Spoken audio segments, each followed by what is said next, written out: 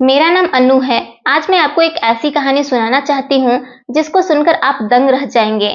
मैं गांव की रहने वाली एक आम सी लड़की थी और गांव में ही मेरा जन्म हुआ था। मेरा सारा परिवार गांव में ही रहता था। हम लोगों की बड़ी ख्वाहिश थी कि हम भी कभी शहर में जाएं, लेकिन शहर में तो बड़े लोग ही रहते हैं जिनके पास रुपया पैसा हो। हम लोग तो बड़े ही गरीब थे। एक दिन मेरे लिए एक अच्छे लड़के का रिश्ता आया, जो लड़का शहर में नौकरी करता था। इस रिश्ते के बारे में सुनकर मैं बहुत खुश हो गई थी, क्योंकि शहर के लोगों को मैं बहुत पसंद किया करती थी। जिस लड़के का रिश्ता मेरे घर आया था, वो लड़का शहर में काम किया करता था। उसकी नौकरी शहर में ही लगी हुई थी और वो कभी-कभी गांव आता जाता रहता था। पता चला था कि उसके घर में उसके बड़े भाई के अलावा कोई नहीं रहता। बड़े भैया की पत्नी की मौत अभी 3 महीने पहले ही हुई है और उनके घर में बहुत ज्यादा परेशानी हो रही है। इसलिए लड़के वाले चाहते हैं कि वहां पर अगर बहू आ जाएगी तो घर की देखभाल हो जाएगी। ये रिश्ता बहुत जल्दबाजी का था और मेरी शादी रिश्ता तय होने के 2 महीने बाद ही हो गई थी। मेरे पिता को ये रिश्ता इसलिए भी पसंद था कि मेरे ससुराल में जेठ के अलावा कोई नहीं था, और सबसे ज्यादा मुझे ये रिश्ता पसंद आया था क्योंकि लड़का शहर में नौकरी किया करता था। मैं पढ़ी लिखी तो नहीं थी, लेकिन मुझे पढ़ने लिखने का बहुत शौक था। मैं चाहती थी कि मेरी शादी हो जाएगी तो शायद मुझे मेरे पति से कुछ सीखने को मिल जाएगा। जब मेरी शादी हो गई और मैंने अपने पति को देखा तो मैं बहुत ज्यादा खुश हो गई थी। ऐसा लग रहा था जैसे मेरे भाग्य ही खुल गए हो। मेरे पति बहुत ही अच्छे थे, देखने में बहुत ही ज्यादा खूबसूरत हैं। वैसे मैं भी कोई बुरी नहीं थी, मुझे भी लोग पसंद किया करते थे। लोगों का कहना था कि तुम बिल्कुल शहर की लड़कियों की तरह लगती हो, और मैं अपना हुलिया भी कभी कभी ऐसे ही बना लिया करती थी। शहर की लड़कियों जैसे फिटिंग के कपड़े पहना करती थी, जिस बात पर मेरी माँ मुझे खूब डांट लगाती थी।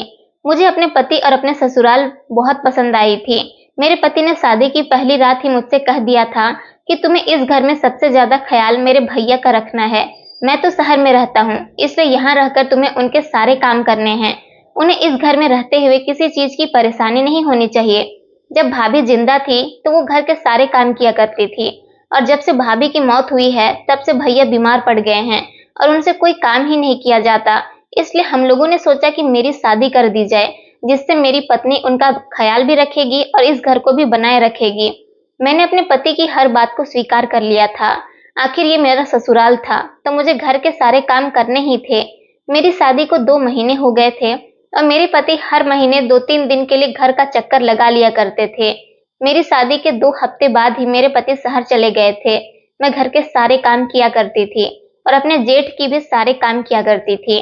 मेरे पति रोज मुझे फोन पर बातें किया करते थे।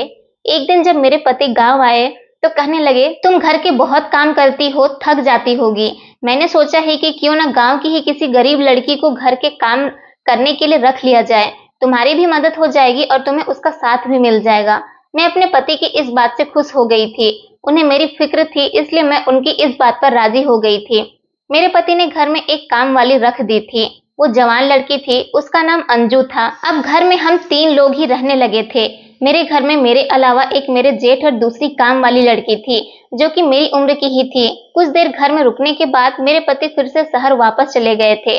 पहले तो मुझे घर में काफी अकेलापन महसूस होता था, लेकिन अब जब से अंजू घर में आई थी मुझे काफी अच्छा महसूस होने लगा था। अब मेरे पति को गए हुए 15 दिन गुजर चुके थे, लेकिन पिछले 10 दिनों से मैं ये बात नोटिस कर रही थी कि जब मैं रात को सो जाती थी तो मेरे पैर पर काली स्याही के निशान बन जाते थे। कि निशान बड़े ही अजीब से थे। लगातार 10 दिन से मैं ये निशान देख रही थी। कौन था जो रात में ये निशान मेरे पैरों पर लगाता था, और जब मैं नहाती थी तब भी वो निशान मेरे पैरों से खत्म होते थे। पहली बार जब मैंने ये निशान देखे थे तो सोचा था कि शायद कहीं से लग गए होंगे, लेकिन अब हर रोज ये निशान मेरे पैरों पर आने लगे थे। अब तो मुझे शक सा होने लगा था, लेकिन मैं शक करती भी तो किस पर। मेरे घर में मेरे अलावा बस 2 ही लोग थे, लेकिन मैंने ज्यादा इस बात पर ध्यान नहीं दिया था और नजरअंदाज करने की कोशिश की कि पैरों पर काली स्याही होना कोई इतनी बड़ी बात नहीं है। मैं नंगे पैर घूमती हूँ, शायद जमीन से मेरे पैरों पर निशान लग जाते होंगे। एक दिन फोन पर मेरे पति कहने लगे कि मैं तुम्हें भी जल्द अपने पास बुलाने की सोच रहा हूँ। मैं अपने पति की ये बात सुनकर उदास हो गई थी, बल्कि मुझे तो इस बात से खुश होना चाहिए था। मेरे पति ने मेरे लिए इतना कुछ किया था, घर में नौकरानी भी रख दी थी जो दिन रात मेरी सेवा में घर पर ही रहती थी। और मेरे पति के भैया जो घर में थे, उनका ख्याल कौन रखता। दुनिया वाले देखेंगे तो यही कहेंगे कि जेठ को छोड़कर भाई भी शहर में रहता है और अब तो अपनी पत्नी को भी ले गया है। ये सब बातें मैंने अपने पति को बताई तो वो भी कहने लगे कि तुम ठीक कह रही हो, तुम बहुत समझदार हो, तुम्हारी जैसी पत्नी पाकर मैं बहुत ज्यादा खुश हूँ। अपने पति की ये बात सुनकर मैं बहुत खुश हो गई थी, लेकिन मैं शहर जाना चाहती थी। अपने दिल में मैंने इस ख्वाहिश को दबा दिया था। अंजू हमारे घर के सारे काम किया करती थी और रात को वो मेरे साथ मेरे कमरे में ही सो जाती थी। पहले तो मेरे जेठ ज्यादातर टाइम अपने कमरे में ही गुजारते थे या फिर हॉल में टीवी देखकर, लेकिन हाल में भी वो तभी आते जब उन्हें नाश्ता या खाने की जरूरत होती थी। मेरे जेठ एक बहुत ही अलग टाइप के इंसान थे। खाना खाने से पहले हाथ धोते थे तो 15 मिनट तक अपना हाथ धोते ही रहते थे, फिर बार बार अपने हाथों को सुनते रहते थे और कहते कि पता नहीं कौन सा हाथ ठीक से धुला है कौन सा नहीं है। वो अजीब अजीब सी बातें करते थे। वो मुझसे ज्यादा बात नहीं करते थे, बस कोई काम होता था तो बुला लिया करते थे, वरना आवाज नहीं देते थे। मैं पूरा दिन उस नौकरानी अंजू से घर के सारे काम करवाया करती थी और साथ साथ में बातें भी करती रहती थी। शुरू के 2 महीने तो ऐसे ही गुजर गए थे। मेरे पति रोहन का भी हर दूसरे तीसरे दिन मुझे फोन आता रहता था। मैं हर बार उनसे एक ही बारे में पूछती रहती थी और कहती थी आप भी घर पर आ जाओ, आपके बिना मेरा घर में दिल नहीं लगता।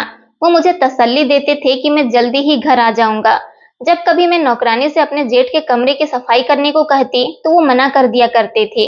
वो कहती थी कि भाभी आप ही मेरे साथ साहब के कमरे में चलो, मुझे साहब से बहुत डर लगता है। वो बार बार मुझसे अपने कमरे की झाड़ू लगवाते रहते हैं और कई बार मुझसे बेड की चादर भी बदलवाते हैं। कहते हैं कि तुम ठीक से कोई काम नहीं करती, तुमसे सफाई लगाना नहीं आता। मैं नौकरानी की बात सुनकर हंसने लगी और कहने लगी कि वो थोड़े अलग टाइप के इंसान हैं, उनको वहम ज्यादा रहता है। शायद अपनी पत्नी के मरने के बाद वो ऐसे हो गए हैं। तो वो कहने लगी नहीं नहीं भाभी, मुझे तो वो आदमी ठरकी लगता है, उनकी नजरें अच्छी नहीं है। क्या आपको पता है, कल मुझे कहने लगे इतनी गर्मी है मेरे कमरे में, मैं नहाने जा रहा हूँ, तुम चाहो तो अपना दुपट्टा उतारकर कमरे की सफाई कर सकती हो। मुझे भैया की ये बात तो बहुत अजीब लगी थी जो मुझे अंजू बता रही थी। मैंने उसे तो ये कहकर टाल दिया था कि तुम्हें बेटी समझकर तुम्हारा एहसास कर लिया होगा। वो कहने लगी जाने भी तो भाभी, हमने सारी जिंदगी तरह तरह के लोगों के घरों में काम किया है, सबकी नजरों को अच्छी तरह से जानते हैं। ये कहकर वो किचन में काम करने के लिए चली गई। मैंने उस बात को भुला दिया, लेकिन अब जो मेरे साथ हो रहा था वो बड़ा ही अजीबोगरीब था। आखिर कौन था जो काला रंग मेरे पैरों में लगाता था। रोज रात को जब मैं सो जाती और सुबह उठकर अपने पैर को देखती तो काले काले निशान होते थे और मुझे पता भी नहीं चलता था। रात को मैं देर तक जागती रहती थी। मेरी काम करने वाली नौकरानी मेरे ही कमरे में जमीन पर बिस्तर लगाकर सोती थी। मैं रात के 3 बजे तक मोबाइल में मूवी देख रही थी और थोड़ी देर बाद ही मुझे नींद आ गई। सारा दिन घर के कामों में लग के पूरी रात जाग नहीं पाती थी। एक बार जब मैं अपने जेठ के कमरे में उन्हें चाय देने के लिए गई तो मेरे होश उड़ गए थे। वो काली स्याही को उंगली में लगाए खाली कागज पर कुछ आड़ी टेढ़ी लकीरें खींच रहे थे। मैं तो शाम की चाय उनके कमरे में लेकर गई थी, लेकिन जो देख चुकी थी मेरे होश उड़ने के लिए वो काफी था। जब उनकी नजर मुझ पर पड़ी तो वो अचानक ही घबरा गए और फिर मुझे देखकर गुस्से से कहने लगे तुम बिना पूछे मेरे कमरे में क्यों आ जाती हो? क्या तुम्हें किसी ने ये नहीं सिखाया कि किसी के कमरे में बिना इजाजत के नहीं जाना चाहिए? इजाजत मिलने पर ही अंदर आते हैं। पहली बार उन्होंने मुझसे इस अंदाज में बात की थी। मेरा तो रंग ही फीका पड़ गया था। मैं वापस पलटकर सीधा अपने कमरे में आ गई थी और चाय वहीं पर उनके कमरे में रखी हुई टेबल पर रख कर आ गई थी। मेरे दिल की धड़कन तेज तेज चल रही थी। ऐसा लग रहा था जैसे मेरे सीने से दिल निकलकर बाहर आ जाएगा। मुझे अपने पैरों पर लगे स्याही के निशान याद आ रहे थे। तो क्या वो निशान मेरे जेठ ने ही मेरे पैरों पर? नहीं नहीं, ये ख्याल मेरे दिमाग में आते ही मेरा शरीर कांपने लगा था। ये अजीब सी बात थी। पहले तो मैं दिल ही दिल में इस बात से इनकार कर रही थी कि मेरे जेठ समान है। वो उम्र में मेरे पति से काफी बड़े हैं, मैं उनके बारे में ऐसा कैसे सोच सकती हूँ? लेकिन सच हकीकत ही यही थी कि मेरे पैरों पर जो ये निशान होते थे, मेरे जेठ भी उसी रंग की स्याही से कागज पर कुछ लकीरें खींच रहे थे। एक बार मैं अपने कमरे से निकलकर किचन में गई तो मेरे जेठ नौकरानी के बिल्कुल पीछे ही खड़े हुए थे। वो ध्यान से चूल्हे पर दाल पका रही थी। वो उनके इतने करीब थे कि शायद 1 इंच का फासला है। मुझे ये बात बहुत अजीब सी लगी थी और नौकरानी को ये बात नहीं पता था कि वो उनके पीछे खड़े हुए हैं। इसका मतलब कि नौकरानी उस दिन ठीक कह रही थी कि मेरे जेठ की नजर और नीयत अच्छी नहीं है। मैं किचन में चली गई और मैंने अपने जेठ से कहा भैया आप यहाँ पर क्या कर रहे हो? क्योंकि मैंने उन्हें आज से पहले कभी किचन में नहीं देखा था। वो मेरी आवाज सुनकर बुरी तरह से घबरा गए थे। मुझे किचन में देखकर उनके होश उड़ गए थे। मेरी आवाज पर अंजू भी खाना छोड़कर मुझे देखने लगी थी। वो मेरे जेठ के किचन में आने से बेखबर थी और भैया भी अजीब सी नजरों से हम दोनों को देख रहे थे। मैंने अंजू को नजरअंदाज किया और अपने जेठ से किचन में आने की वजह पूछने लगी। वो कहने लगी कि मैं इस नौकरानी को काम से हटाना चाहता हूँ। मैं काफी दिनों से देख रहा हूँ कि ये बहुत गंदगी से हमारे घर का काम करती है। इसके अंदर बिल्कुल भी सफाई नहीं है। अभी ये झाड़ू लगाकर आई है और बिना हाथ धोए ही खाना बना रही है। इनके हाथ गंदे हैं। अंजू कुछ परेशान सी हो गई थी और कहने लगी, साहब आप झूठ क्यों बोल रहे हो? मैंने किचन में आने से पहले ही हाथ धोए हैं, उसके बाद ही खाना बनाना शुरू किया है। मेरे जेठ तो उस नौकरानी से बहस करने पर उतर आए थे। कहने लगे कि तुम झूठ बोल रही हो, मेरे भाई के पैसे हराम के नहीं हैं जो मैं तुम्हें तनख्वाह भी दूं और तुम गंदे हाथों से घर का खाना बना रही हो। तुम अपने गंदे हाथों का बना हुआ खाना हमें खिलाकर बीमार करना चाहती हो। अच्छा हुआ आज मैंने अपनी आंखों से देख लिया, वरना न जाने तुम कब से हमें अपने गंदे हाथों का बना हुआ खाना खिला रही हो। वो नौकरानी अंजू से बुरी तरह से किचन में खड़े हुए बहस कर रहे थे। मैंने उन्हें बहुत समझाने की कोशिश की और कहा कि आप किचन से चले जाइए, मैं खुद नौकरानी से बात कर लूंगी। लेकिन वो भी मुझ पर गुस्सा करने लगे। कहने लगे, तुम्हारी ही लापरवाही का नतीजा है, वरना तो मैं इस नौकरानी को 2 दिन से ही सीधा कर दूं। मेरा भाई परदेश में न जाने कैसे कैसे अपना गुजारा करके अपने घर पर पैसे भेजता है और ये लड़की हमें अपने गंदे गंदे हाथों से खाना देती है। आज से तुम ही खाना बनाया करोगी। इस लड़की के हाथ का बना हुआ खाना मैं नहीं खाऊंगा। अगर मैंने इसे खाना बनाते हुए देख लिया तो मैं इसे धक्के मारकर घर से बाहर निकाल दूंगा। गुस्से से ये कहते हुए वो किचन से निकल गए। अंजू तो रोने लग गई थी। कहने लगी, मुझे यहाँ पर काम नहीं करना, पैसे लेते हैं तो अपनी मेहनत के लेते हैं, हमने अपनी इज्जत नहीं बेच रखी है। साहब ने इतनी सारी बातें सुना दी। मुझे तो पहले से ही साहब की नजरें अच्छी नहीं लगती है, लेकिन सिर्फ पैसों की खातिर मैं यहाँ पर काम कर रही हूँ। वो खूब रोए जा रही थी, लेकिन गुस्से में वो अपना काम छोड़ने को तैयार बैठी थी। मैंने उसे अपने गले लगा लिया और चुप करवाया, क्योंकि मैं जेठ के साथ अकेली इस घर में नहीं रहना चाहती थी। मुझे ये हौसला था कि एक औरत इस घर में जो मेरे साथ रहती है। अभी तो मैं एक परेशानी से नहीं निकल पाई थी कि मेरे पैरों पर काले स्याही निशान कहाँ से आते हैं, और फिर नौकरानी के होते हुए भी वो मेरे कमरे में कैसे आ सकते हैं। मैंने अंजू से कहा, तुम खाने को हाथ मत लगाओ, खाना मैं खुद तैयार कर लूंगी, तुम कोई और काम देख लो, लेकिन तुम इस घर के काम को छोड़कर मत जाओ। मैंने बड़ी मुश्किल से नौकरानी को राजी करके किचन से बाहर निकाला। तभी हॉल में मेरे जेठ मेरे पति से फोन पर बहस कर रहे थे कि वो नौकरानी घर से निकल जानी चाहिए, नहीं तो मैं खुद उसे धक्के देकर घर से बाहर निकाल दूंगा। मैंने यही सोच लिया था कि अगर मेरे जेठ अंजू को घर से बाहर निकाल दिया तो मैं अपने पति से साफ साफ कह दूंगी कि नौकरानी अगर घर में नहीं रहेगी तो मैं भी इस घर में अपने जेठ के साथ अकेले नहीं रहूंगी, या तो अपने मायके चली जाऊंगी या फिर मेरे पति मुझे अपने साथ शहर लेकर चले जाएं। भैया को अगर अंजू के बने खाने से परेशानी है तो खाना मैं बना दिया करूंगी। मेरे पति ने न जाने अपने बड़े भैया को किस तरह से समझाया था, क्योंकि अब भैया अक्सर फोन पर मेरे पति से अंजू के बारे में किसी तरह की कोई बात नहीं करते थे। मैं खुद ही किचन में खड़े होकर खाना बनाने लगी थी और अपने हाथ से ही खाना लेकर अपने जेठ सामने लेकर जाती थी। अभी मैं कुछ देर आराम करने के लिए अपने कमरे में जा रही थी कि अचानक वो मुझसे कहने लगे कि आज के बाद मुझे ये नौकरानी मेरे कमरे की तरफ नजर नहीं आनी चाहिए। आज के बाद मेरे सारे काम और मेरे कमरे की सफाई तुम ही किया करोगी। ये सुनकर मैंने हाँ करते हुए सर हिला दिया और मैंने कहा, ठीक है भैया, आपके सारे काम मैं खुद ही किया करूंगी। मैंने सोचा कि भैया अभी अंजू से गुस्सा है, 2-4 दिन काम कर देती हूँ फिर खुद ही ठीक हो जाएंगे, लेकिन मुझे क्या पता था कि उनका मुझे अपने कमरे में बुलवाने का क्या मकसद था। अगले दिन मैं अपने जेठ के कमरे में उनके कमरे की सफाई करने के लिए चली गई थी। पहले मैंने उनका दरवाजा बजाया ताकि मैं उनके कमरे की सफाई कर सकूं और वो कमरे से बाहर निकल जाए। मैंने देखा कि वो फिर से काली स्याही में उंगली डुबाए एक और सफेद कागज पर लकीरें खींच रहे थे। मुझे देखकर जल्दी से उन्होंने वो सारे कागज अलमारी में रख दिए और सीधे होकर बैठ गए। मैंने कहा, भैया आप कमरे से बाहर चले जाइए, मैं आपके कमरे की सफाई कर देती हूँ। तो वो कहने लगे कि हाँ कर दो। मैंने उनके बेड की चादर बदली और झाड़ू लगाने लगी, लेकिन वो कमरे से बाहर नहीं गए थे और बार बार मुझे ही देख रहे थे।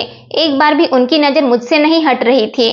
उनके इस तरह से देखने की वजह से मैं भी सुकून से काम नहीं कर पा रही थी। मेरे हाथ पैर घबराहट की वजह से बुरी तरह से कांप रहे थे और पसीना भी आ रहा था। मैं बार बार अपने चेहरे के पसीने को दुपट्टे से साफ कर रही थी और साथ साथ फर्श की झाड़ू भी लगा रही थी। मेरे जेठ आराम से कुर्सी पर बैठ गए थे। कुछ देर के बाद वो कुर्सी से उठकर मेरे करीब आ गए और आकर मेरे सामने ही खड़े हो गए, तो मुझे भी खड़े होना पड़ा। वो मुझसे कहने लगे, इतना गर्मी है, तुम अपना दुपट्टा उतार कर झाड़ू लगा लो, मैं बाथरूम में नहाने जा रहा हूँ, कमरे में कोई नहीं है, उनकी ये बात सुनकर मेरे होश उड़ गए थे। मुझे उनकी कही हुई ये बात बड़ी अजीब लग रही थी। उन्होंने मुझसे ये बात इस कदर धीमे शब्दों में कही थी जिससे मुझे बहुत ज्यादा हैरत हो रही थी और नौकरानी की कही हुई बातें याद आने लगी थी। मैंने कहा, नहीं नहीं भैया, मुझे अपना दुपट्टा पहनकर ही काम करने की आदत है। अभी मैं ये कह ही रही थी कि उन्होंने अपने जेब से रुमाल निकाला और मेरे चेहरे से पसीना साफ करने लगे। मैं पीछे हट गई। वो भी कुछ घबरा गए थे। फौरन वो अपने कमरे से बाथरूम में नहाने के लिए चले गए और मेरे हाथ पैर बुरी तरह से कांप रहे थे कि आखिर वो मेरे साथ ये क्या हरकत कर रहे थे। मेरे दिल की ये हालत थी कि धड़कना ही भूल गया था। मैं अपने जेठ की इस हरकत से बहुत डर गई थी। मुझे ऐसा लग रहा था जैसे वो मुझ पर गंदी नजर रखने लगे हैं। मुझे तो अब अपने जेठ के कैरेक्टर पर शक होने लगा था। मैंने जल्दी जल्दी उल्टी सीधी अपने कमरे की सफाई लगाई ताकि वो बाथरूम से नहाकर वापस न आ जाए और उनके आने से पहले ही मैं कमरे से निकलकर बाहर चली जाऊं। सारा दिन मैं यही सोच सोचकर परेशान रही थी। रात को जब मैं नौकरानी के साथ अपने कमरे में आई तो वो जमीन पर अपना बिस्तर बिछा रही थी। मैंने उससे कहा, अंजू जरा इधर आओ, मेरे पास बैठो। वो मेरे पास मेरे बेड पर आकर बैठ गई और मेरी तरफ देख रही थी। मैंने उससे कहा, मेरी बात सुनो। मैं सोच रही थी कि अंजू को ये बात बताना ठीक रहेगा भी या नहीं। वो बेचारी अपना बिस्तर छोड़कर मेरे बुलाने से मेरे पास आकर बैठ गई थी। अब तो मुझे उसको कुछ न कुछ बताना ही था। फिर मैंने उसको बता ही दिया कि तुम जो कुछ भी मेरे जेठ के बारे में कहती हो, मुझे भी अब वो सच लगने लगा है। फिर मैंने उसे ये भी बता दिया कि रोज मेरे पैरों पर एक काली स्याही के निशान होते हैं। तो वो ये सुनकर बहुत हैरान होकर फटी फटी आंखों से मुझे देखने लगी। कहने लगी, भाभी मुझे तो आपके जेठ पर पहले से ही शक है। मुझे तो लगता है कि आप पर वो कुछ गलत भी कर रहे हैं। मैंने उससे कहा, तुम्हारा गलत से क्या मतलब है? तो वो कहने लगी, मुझे ऐसा लग रहा है भाभी, आपके जेठ आपके ऊपर काला जादू कर रहे हैं। हमारे गांव में भी एक जेठ ने गलत करके अपने छोटे भाई की पत्नी से शादी कर ली थी। उसने काले जादू से अपने भाई की पत्नी को काबू में कर लिया था और उस औरत का पति भी बाहर रहता था। नौकरानी की बात सुनकर मेरे होश उड़ गए थे। नौकरानी ने बताया कि पहले तो साहब की नजर हमेशा मुझ पर रहती थी, लेकिन अब मैं देखने लगी हूँ कि उनकी नजर आप पर रहने लगी है। वो आपको घूर घूर कर देखते हैं और शायद इसी वजह से साहब मुझे इस घर से निकालने के चक्कर में हैं, ताकि मेरे जाने के बाद वो आसानी से आप पर नजर रख सके। इसलिए तो वो मेरे हर काम में बेवजह ही कमियां निकालते रहते हैं। मेरा तो जी यही सब कुछ देखकर घबराने लगा था। नौकरानी की ये सारी बातें सुनकर तो मुझे अपने जेठ पर यकीन नहीं आ रहा था कि उनकी नीयत इतनी गंदी है। उन्होंने ये भी नहीं सोचा कि ये उनकी भाई की पत्नी है। आखिर वो ऐसा कैसे कर सकते हैं? अब तो मुझे और भी ज्यादा डर लगने लगा था। अब मैं अपने कमरे को लॉक करके सोने लगी थी और अब मेरे पैरों पर निशान भी नहीं होते थे। इस बात से मैं अंदाजा लगा लिया था कि ये मेरे जेठ ही होते थे जो मेरे पैरों पर स्याही से निशान लगा देते हैं। अब मुझे पक्का यकीन हो गया था, क्योंकि मैं दरवाजा अंदर से लॉक करके सोने लगी थी और दरवाजा लॉक करने पर रात के बीच में जेठ जी मेरे कमरे में नहीं आ सकते थे। जब मैं दरवाजा लॉक करके नहीं सोती थी तो जरूर मेरे कमरे में मेरे जेठ ही आते होंगे। शायद कोई गलत काम भी करते हो, लेकिन ऐसा कैसे मुमकिन था? जब से मैं कमरा बंद करना शुरू कर दिया था, मेरे जेठ मुझे घूर घूर कर देखने लगे थे, लेकिन मैंने उनकी परवाह नहीं की। कुछ ही दिन बाद मेरे जेठ मुझ पर चिल्लाने लगे। बेवजह ही वो मुझे डांट रहे थे। कहने लगे कि तुम अपने कमरे का दरवाजा क्यों लॉक करती हो? मेरे भाई तुम्हें मेरी जिम्मेदारी पर यहाँ छोड़कर गया है, और तो तुम मुझे इस नौकरानी पर भी बिल्कुल भरोसा नहीं है। इसलिए मैं खुद रात को बार बार आकर तुम्हारे कमरे में झांकता रहता हूँ कि कहीं ये कोई कीमती चीज चुरा कर यहाँ से भाग न जाए। अपने जेठ की किसी भी बात पर मुझे यकीन नहीं आ रहा था, बल्कि वो जिस तरह से मुझे डांट रहे थे, मुझे उनका ये अंदाज भी बिल्कुल पसंद नहीं आया था। मैंने अपने पति से कह दिया कि मेरा वीजा का जल्द से जल्द बंदोबस्त करो, मुझे आपके पास जाना है। जो बात मुझे मेरे पति ने बताई, ये सुनकर तो मुझे रोना आ गया। वो कहने लगे कि भैया ने मुझे तुम्हें यहाँ बुलाने से सख्ती से मना कर दिया है। वो कहते हैं कि अन्नू कभी यहाँ से बाहर नहीं जाएगी। मैं ये सुनकर रोने लगी। मैंने अपने पति से कहा, आखिर आपके भैया मुझे इस घर में क्यों रोकना चाहते हैं?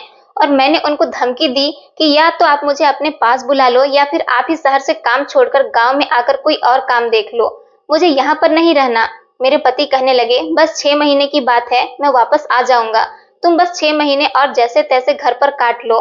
मैं इस बात पर भी नहीं मान रही थी, लेकिन मेरे पति अपनी मजबूरियां बताने लगे कि 6 महीने बाद उनका प्रमोशन हो जाएगा और उनको अच्छे खासे पैसे मिलने वाले हैं। अगर छोड़कर आ गए तो उन्हीं का नुकसान होगा। इतने टाइम से नौकरी कर रहे हैं, उसका फल अब मिलने वाला है। तो तुम मुझे बुलाने की जिद पर लगी हुई है। मैं अपने पति की मजबूरियां मानते हुए इस घर में रहकर इतनी सारी परेशानियां झेलती रही। मेरी कुछ समझ में नहीं आ रहा था कि मैं क्या करूं। मुझे अपने जेठ से बहुत ज्यादा चिढ़ होने लगी थी। न जाने वो क्या चाहते थे। मैं अपनी मर्जी से इस घर में सांस भी नहीं ले सकती थी। रात को अपने कमरे में लॉक लगाकर सोती तो वो चिल्लाने लगते थे। अपने सारे काम भी मुझे उस नौकरानी से करवाने की बजाय मुझ पर ही सौंप दिए थे। जिस तकलीफ से मैं गुजर रही थी वो मैं ही जानती थी। अब तो हर बात वो मुझसे टोकने लगे थे। मुझे घर में अपने जेठ की मौजूदगी बहुत ही बुरी लगने लगी थी। कभी कभी मेरे दिल में ये ख्याल आता था कि अपने पति से कहूं, आप अपने भाई की दूसरी शादी करवा दो, शायद दूसरी पत्नी आने से इनका दिमाग ठीक हो जाए। लेकिन फिर मैं ये सोचती थी कि मेरे पति मुझे इस बात पर डांट न दे कि मैं उनके भैया के बारे में कैसी बातें कर रही हूँ। मैं किसी टाइम पर अगर अपने कमरे में आराम करने के लिए भी चली जाती थी तो वो हंगामा मचा देते थे कि तुम्हें मेरी कोई फिक्र नहीं है और मेरी परवाह नहीं है। मुझे खाना देकर तुम समझते क्या हो कि तुम्हारी जिम्मेदारी पूरी हो गई है। मैं अपने भाई से तुम्हारी शिकायत जरूर करूंगा। मैं उनकी रोज रोज की इस बहस से बहुत तंग आ चुकी थी। मैंने कहा कि अब आप ही बताइए मुझसे क्या काम है।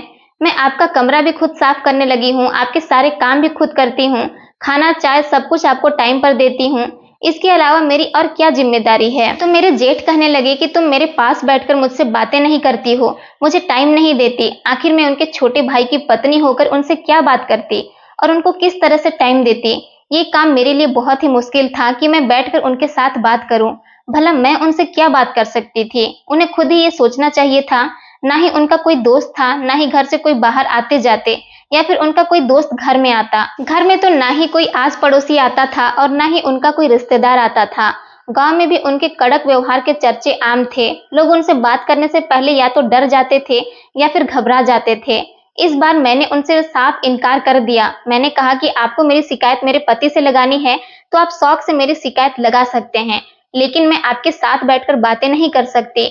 इस घर की बहू होने के नाते मैं जो कर सकती हूँ वो कर रही हूँ। मैं अपनी जिम्मेदारी को पूरी तरह से निभा रही हूँ। इससे ज्यादा की उम्मीद आप मुझसे ना ही रखें तो बेहतर होगा। मेरी बात सुनकर वो गुस्से से भड़क उठे, लेकिन मुझे कुछ नहीं बोले। अपने कमरे में वापस चले गए और कमरे के दरवाजे को अंदर से ही बंद कर लिया। नौकरानी भी वहीं खड़ी हुई हमारी बातें सुन रही थी। वो कहने लगी, भाभी आपने उनके साथ बिल्कुल ठीक किया है। भला कोई साहब की पत्नी थोड़ी है जो घंटों उनसे बातें करती रहे। मुझे नौकरानी की बात बिल्कुल सही लगी थी। मेरा भला क्या रिश्ता था जो मैं उनसे बैठकर बातें करती। मैंने सोचा कि अच्छा ही हुआ मेरे जेठ मुझसे नाराज हो गए। कम से कम अब वो मुझे परेशान तो नहीं करेंगे। उस रात जब हम लोग सो गए तो रात को जो मेरे साथ हुआ उससे मैं बहुत ज्यादा डर गई थी। सुबह जब मेरी आंख खुली तो मैंने अपने पैरों को देखा तो मेरे पैरों पर काले रंग के निशान लगे हुए थे। नौकरानी अभी तक सोई पड़ी थी। मैंने उसे बताया तो वो कहने लगी, भाभी मेरा सर दर्द से भारी हो रहा है, मुझे नींद बहुत तेज आ रही है। रात भी मुझे होश नहीं रहा था कि मैं कहाँ सोई हूँ और कहाँ नहीं। फिर कहने लगी, हाँ भाभी मुझे याद आया, रात को मेरे सर में हल्का सा दर्द हो रहा था। साहब ने मुझे एक सर दर्द की गोली दी थी। कहने लगे, ये खा लो ठीक हो जाएगा तुम्हारे सर का दर्द। लेकिन न जाने वो गोली खाते ही मुझे बहुत तेज नींद आने लगी और मुझे अपना होश भी नहीं रहा। नौकरानी की ये बात सुनकर मैं सोचने लगी कि इसने तो गोली खाई थी, लेकिन मैंने तो ऐसा कुछ भी नहीं खाया था। तो फिर मुझे क्यों याद नहीं आता, आखिर क्यों मेरे पैरों पर ये काले निशान होते हैं। अब मैंने सोच लिया था कि अब मैं चुप नहीं रहूंगी। बस अब मेरे जेठ की हरकतें बहुत हो चुकी है। मैंने अगली रात नौकरानी को नींद की गोली खिलाने का बहाना किया और अपने बेड पर सुला दिया ताकि मेरे जेठ को ये लगे कि नौकरानी सोई हुई है और मैं खुद छुप गई थी। नौकरानी को मैं पहले ही सब कुछ बता चुकी थी। वो सच जानने की वजह से मेरी मदद करने के लिए तैयार हो गई थी। मैं सोफे के पीछे छुप गई थी। मैंने कमरे में लॉक भी नहीं लगाया था और दरवाजे को ऐसे ही बंद कर दिया था। जब रात के 1:30 बजे मेरे जेठ कमरे के अंदर आए और मेरे बेड की तरफ जाने लगे, मैं छुपकर उनको देख रही थी। शायद वो बेड पर मुझे सोता हुआ समझ रहे थे, लेकिन बेड पर तो नौकरानी सोई हुई थी और मैं छुपकर उनको देख रही थी। ये बात उनको नहीं पता थी। जैसे ही वो बेड की तरफ गए तो मैं लाइट जला दी। मेरे जेठ बेड के पीछे हट गए। मुझे अपने पीछे देखकर वो हैरान रह गए थे। लेकिन तभी अचानक कमरे में 3 आदमी आ गए जिनके मुंह पर मास्क लगा हुआ था। उन्होंने मेरे और मेरे जेठ के हाथ बांधना शुरू कर दिए। हम दोनों के हाथ रस्से से बांधने शुरू किए और हमारे मुंह पर रुमाल बांध दिया। हम दोनों अपने आप को छुड़ाने की बहुत कोशिश कर रहे थे, लेकिन नाकाम रहे। न जाने ये लोग कौन थे। हम तो इनको जानते भी नहीं थे और ये लोग मेरे कमरे में क्या कर रहे थे। मेरी आंखों से बेबसी के आंसू निकल रहे थे। उन आदमियों ने एक कुर्सी पर मुझे और दूसरी कुर्सी पर मेरे जेठ को बैठा दिया था। मेरे जेठ को भी रस्सी से बांध दिया था। सामने 3 आदमी खड़े हुए थे और मेरी अलमारी से सारे जेवरात और पैसे निकाल रहे थे। वो नौकरानी भी उन लोगों के साथ ही खड़ी हुई थी। सारा खेल उसी का ही रचाया हुआ था। वो नौकरानी कह रही थी कि हम तो न जाने कब से इस घर से हर चीज से हाथ साफ कर चुके होते, बस वो मेरा भरोसा जीतना चाहती थी। उसने बताया कि वो जानबूझकर मेरे दिल में मेरे जेठ के खिलाफ शक डाल रही थी। मेरे पैरों पर भी काली स्याही के निशान वही लगाया करती थी, ताकि मुझे ऐसा लगे कि मेरा जेठ मुझे अपने काबू में करने के लिए मुझ पर कोई जादू टोना कर रहा है। और फिर दूसरी तरफ वो मेरे जेठ को भी मेरे खिलाफ भड़काया करती थी। उनसे कहती थी कि आपके भाई की पत्नी बिल्कुल भी अच्छी नहीं है, वो आपको समय देने के लिए तैयार नहीं है, वो आपकी सेवा नहीं करना चाहती है, बस आपको इस घर में अपने पति की वजह से झेल रही है, इसलिए तो वो आपसे कोई बात भी नहीं करती है। क्योंकि नौकरानी को पता था कि मेरा जेठ कुछ वहमी है और इसलिए नौकरानी जानबूझकर झाड़ू वाले हाथों से खाना बनाया करती थी। वो चाहती थी कि हम दोनों एक दूसरे से उलझते रहें और वो अपना काम यहाँ से करके चुपचाप निकल जाए। जब मैंने उस रात अपने प्लान के बारे में उसे बताया तो उसने 3 मर्दों को बुला लिया जो उसकी गैंग के ही थे। उसने कोई नींद की दवाई नहीं खाई थी। वो मुझे और मेरे जेठ को एक कमरे में इकट्ठा करना चाहती थी और उसने मुझे जितनी भी बातें मेरे जेठ के खिलाफ बताई थी वो सब झूठ थी। और रात को उसने मेरे जेठ से कहा कि आपके भाई की पत्नी मुझे अपनी जगह पर सुलाकर रात को किसी और से मिलना चाहती है। अगर आपको यकीन नहीं आए तो रात को कमरे में आकर देख लेना। इसलिए मेरे जेठ रात को कमरे में आए और बेड के पास जाकर यही देखने जा रहे थे कि बेड पर कौन सो रहा है। और तभी उनके बेड के करीब जाते ही मैंने लाइट जला दी थी। मुझे कमरे में देखकर वो वापस जाने लगे तो कमरे में 3 मर्द खड़े थे जिनके हाथ में तेज धारदार चाकू थे। नौकरानी भी उठकर खड़ी हो गई थी। इन तीनों मर्दों के कमरे में आते ही उन्होंने हमें रस्सियों से बांधना शुरू कर दिया था। वो हमारे घर से सारा सामान चोरी करके ले जा रहे थे। लेकिन उस रात अच्छा ये हुआ था कि मेरे पति हम लोगों को सरप्राइज देना चाहते थे और उसी रात वो घर वापस लौटकर आ गए थे। घर का मेन गेट खुला हुआ था तो वो ये देखकर घबरा गए। जब अंदर आए तो उन्होंने मर्दों का आवाज सुना तो वो समझ गए थे कि घर में कोई चोर घुस आया है। उन्होंने मेरे जेठ के कमरे में जाकर पुलिस को फोन कर दिया था। कुछ ही देर में पुलिस भी घर पर आ गई थी और हमारी जान और सारा सामान बाल बाल बच गया। पुलिस ने नौकरानी और उसके 3 साथियों को गिरफ्तार कर लिया था। पुलिस ने बताया कि ये एक गैंग है जो कि गांव में लोगों को बेवकूफ बनाकर चोरी करता है और काफी टाइम से पुलिस इन लोगों को पकड़ने की कोशिश कर रही है, पर ये लोग हाथ नहीं आ पा रहे थे। आज ये लोग हाथ आ गए हैं तो अब गांव में चोरियां होनी कम हो जाएगी। मेरे जेठ ने मेरे पति को वापस दूसरे शहर जाने से सख्ती से मना कर दिया कि हम कम पैसों पर गुजारा कर लेंगे, लेकिन किसी नौकरानी को दिन रात अपने घर में नहीं रखेंगे। कुछ नौकर घर के भेदी होते हैं। घर के बारे में सारी जानकारी लेने के बाद जब उन्हें मौका मिलता है तो अपना काम करके फरार हो जाते हैं। मेरी शादी को अब 7 साल गुजर गए हैं। मेरे पास 3 बच्चे भी हैं, लेकिन मैं घर के सारे काम अब खुद ही किया करती हूँ। मेरे पति ने भी शहर वाली नौकरी छोड़ दी है। वो गांव में ही काम किया करते हैं। अगर मेरे पति घर में नौकरानी रखने को कह भी देते हैं तो मैं साफ इनकार कर देती हूँ, क्योंकि मैं नहीं चाहती कि हम दोबारा से वही गलती करें जो पहले कर चुके हैं। कभी कभी हम लोगों पर इतना भरोसा कर लेते हैं कि वो हमें बेवकूफ बना देते हैं। मैं अपनी नौकरानी की बातों में आकर अपने जेठ पर शक करने लगी थी। यही वजह थी। इस बात का फायदा उठाकर वो नौकरानी हमें बेवकूफ बना रही थी। किसी भी इंसान पर हमें इतना ज्यादा भरोसा नहीं करना चाहिए, पहले उसके बारे में देखभाल करनी चाहिए। अब मैं अपने पति के साथ बहुत खुश हूँ और मेरी जिंदगी बहुत अच्छी गुजर रही है। उस वाकया के बाद मैं अपने जेठ से माफी मांग ली थी कि मैं नौकरानी के कहने में आकर आप पर जितना भी शक किया, आप मुझे उसके लिए माफ कर दीजिए। उन्होंने मेरे सर पर हाथ रखा और कहने लगे, तुम मेरी छोटी बहन की तरह हो। मैं कभी तुम्हें आंख उठाकर भी नहीं देख सकता। मैं बस उस नौकरानी की वजह से तुम पर निगाह रखने लगा था। मेरी पति ने अपना कारोबार गांव में ही कर लिया था और गांव के काफी सारे लोग और मेरे जेठ भी उसके साथ काम करते हैं। दोस्तों, उम्मीद करती हूँ आपको हमारी कहानी पसंद आई होगी। कहानी पसंद आई है तो वीडियो को लाइक करें, चैनल पर नए हैं तो चैनल को सब्सक्राइब करें और हाँ, नोटिफिकेशन बेल को जरूर दबाएं ताकि अगली अपडेट सबसे पहले आपको मिले। धन्यवाद दोस्तों।